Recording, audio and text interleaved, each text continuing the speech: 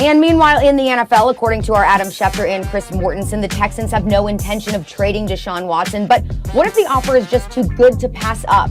The Panthers are the latest team to express interest, and from the sound of it, are willing to go all in. Panthers reporter David Newton gave his perspective yesterday on NFL Live. Panthers will do whatever it takes to get Deshaun Watson, and that includes giving up 3 first-round draft picks and Christian McCaffrey. Now, owner David Tepper wants to win a Super Bowl. He's made that clear. He understands it takes a marquee quarterback to do that. Now, if you look at recent history outside of Patrick Mahomes, the quickest way to do that is to trade for a marquee quarterback and not draft one in the first round. Just ask Tampa Bay. Okay, Max, if it's offered, should the Texans take the Panthers deal? No, they shouldn't. And let me first say that David Tepper, the owner of the Panthers, is right on the money here. Like, I take my hat off to him. They were good when he bought them, right? When he took over, they had a good coach and a good quarterback in Ron Rivera and Cam Newton. He said, yeah, we're good. I want to be great. I want to see if we can't do better. And he sees Deshaun Watson. He's like, I don't care. We need to do everything we can to get Deshaun. My hat's off to him. It's the right idea. But I don't think the deal is going to be the best deal they're offered, Stephen A. 3 firsts and Christian McCaffrey. McCaffrey is an amazing player. And he's more than just a running back, but that is the position he plays. And you have to be careful when you overpay for running backs, both in terms of draft capital and contracts you give him. He's coming off a big injury, and he has a big contract. So that's one of the things you're getting back. And then you're getting 3 firsts. Well, is that the best offer they're going to get? Stephen A., you know what Miami can offer them? Miami's picking 3rd and 18th in the first round this year. And they have Tua Tagovailoa, who, were he coming out of the draft this year, would probably be the second quarterback taken. I think, and then they have a draft, first rounder next year. The Jets, Stephen A., have 2 firsts this year and 2 firsts next year and 2/3 this year. The Jets and the Dolphins are going to be in a position to offer the Texans a better deal than the one currently on the table, apparently, from the Panthers. So I don't think the Texans should take this one. I'm not going to say no definitively. I get where you're coming from, and for the most part, I agree with you if that were the case. But we don't know what the Jets are willing to offer, what the Miami Dolphins are willing to offer. We hear a lot of noise, but we don't know. And if I'm the Houston Texans, I have to listen. And here's why I have to listen, Max. Because not only does those 3 first-round picks includes the number 8 overall pick coming up in this draft, but it also includes Christian McCaffrey. And we have to remember what a stud this brother is. He is something special. Make no mistake about it. And when you have a guy like him that's an all-world back, he's not a one-dimensional player. He can run. He can catch passes out of the backfield. You know what I'm saying? You could put him in a slot. He could make things happen. This brother is that gifted. Christian McCaffrey is an NFL star. Let's not forget that. And when I look at it from that perspective, and I'm talking about getting 3 picks along with him, certainly, if you're the New York Jets and you offer something when you've got the number 2 overall pick, that changes things. Certainly, if you're the Miami Dolphins, all right, with the year that they've had, they're on a come up. You've got high picks to offer as well. Not to mention Tua Tagovailoa, if you wanted to throw him in there, yeah, I got to think about that, and that's probably better. But barring that, I don't know if I can get much better than what the Carolina Panthers may be in a position to offer me. I think the hiccup is that, remember, Deshaun Watson's got a no-trade clause. Strained. And he has to sign off on these things, just like Houston does. And I don't know if he'd sign off on Carolina, but if he were to be willing to do that, I would certainly consider that if I'm the Houston Texans, because Christian McCaffrey is a part of that deal. You know, the thing is, the Panthers were, it's been reported, and people have speculated, what would it take for Carolina to trade up to grab Miami's number 3 pick, right? They would do the second rounder, next year's first rounder, because then they could grab a quarterback, Zach Wilson or whomever, that they really like. So that draft capital, because they have the 8th pick, which is good, but obviously not as good as the 3rd, that draft capital would be spent just to get their quarterback, who knows if he'll ever be half as good as Deshaun Watson. But Miami is sitting there with a 3rd overall pick already. And the thing about the no trade that you bring up, Stephen A., is usually if you're Deshaun Watson, you're like, I don't want to go to that team. They stink. That's why they're drafting 3rd overall. But the Dolphins are kind of loaded. The Dolphins are a really good team. They had the 3rd pick because of a trade. So they're unlike the Jets. They're not a moribund franchise, as you would say, right? They're a strong, rising franchise in a warm weather state, right? You bring up the fact with no state in a league without African American coaches and GMs, there's just keep ticking it off with no state income tax. Why would he not say, yeah, with a no trade clause, yeah, I want to be traded there? And the fact that they got the number 3 pick and the QB, who'd probably be the second one taken, and more draft capital, it just seems to me like what really the Texans have to do is find out, do the Dolphins want to trade for Deshaun Watson? Because if they do, you got to say no to the Panthers. They can't offer you as much. And by the way, who knows if Deshaun would say yes? Here's the biggest reason you should say no to the Panthers if you were going to say no.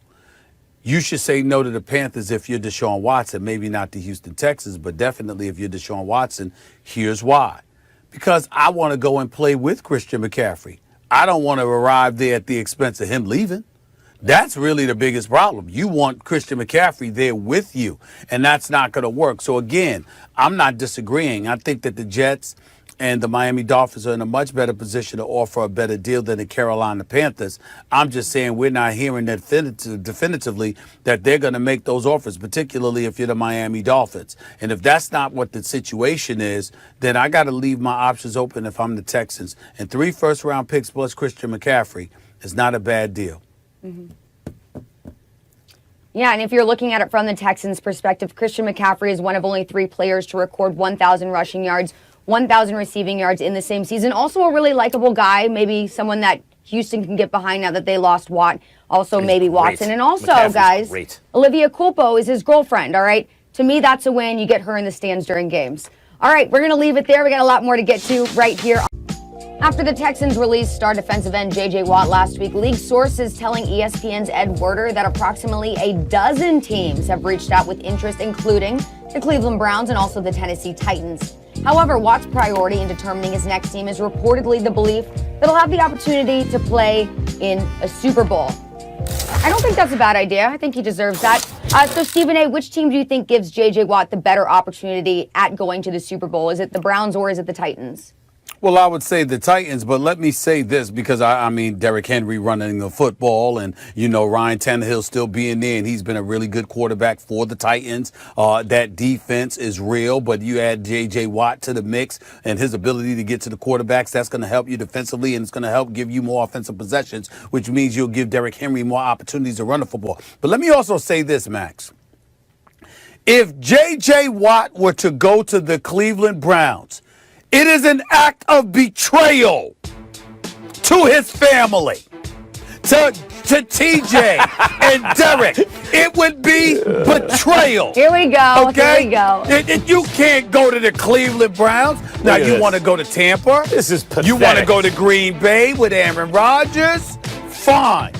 But to go to the Cleveland Browns when you have an opportunity to go to the Pittsburgh Steelers, it would be blasphemous, it would be sacrilegious, and an absolute act of betrayal, the likes of which Mama Watt should get involved and chastise her son. That's right, I said it. It would mess up Thanksgivings. It would mess up Christmases. It would mess up all of that stuff.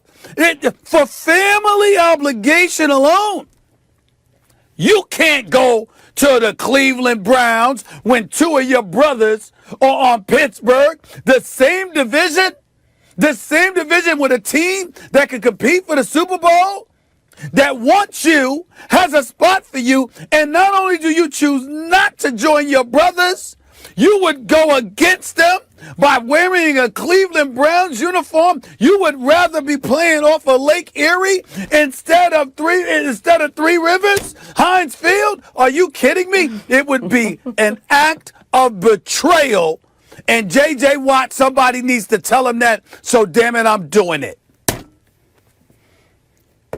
You know, Stephen A., one thing about you is I'm really disappointed right now because you're a good dude.